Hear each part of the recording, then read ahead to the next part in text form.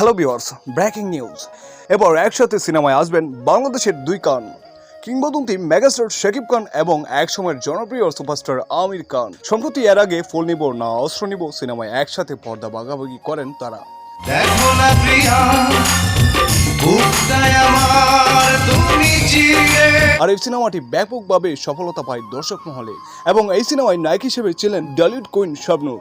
তবে এবার শাকিব ও আমির খানের সিনেমায় শাবনূর থাকছে না। জানা যায় বলিউডের বিখ্যাত নায়িকা দীপিকা পাডুকোন থাকবে এই সিনেমায়। যদিও বলিউডের দীপিকার শেষ সিনেমা ছিল জওয়ান, আর জওয়ানের মতোই বাংলাদেশে আলোড়ন সৃষ্টি করবে শাকিব খানের নতুন সিনেমা এবং এই সিনেমায় পরিচালক হিসেবে থাকবেন মেহেদী হাসান হৃদয়। দুর্ভাগ্যবশত এই সিনেমার নাম এখনো সিলেক্ট করা হয়নি। জানা যায় বরবাদের পর কিছুদিন অবসর নেবেন শাকিব খান এবং এরপরে আবারও দীপিকা, আমির খান ও শাকিব খান একসাথে সিনেমায় আসবেন। তো ভিউয়ার্স, শুভকামনা রইল শাকিব খানের জন্য। যদি শাকিব খানের সকল ভিডিও পেতে চান তাহলে অবশ্যই চ্যানেলটি সাবস্ক্রাইব এবং লাইক দিয়ে রাখবেন। ধন্যবাদ।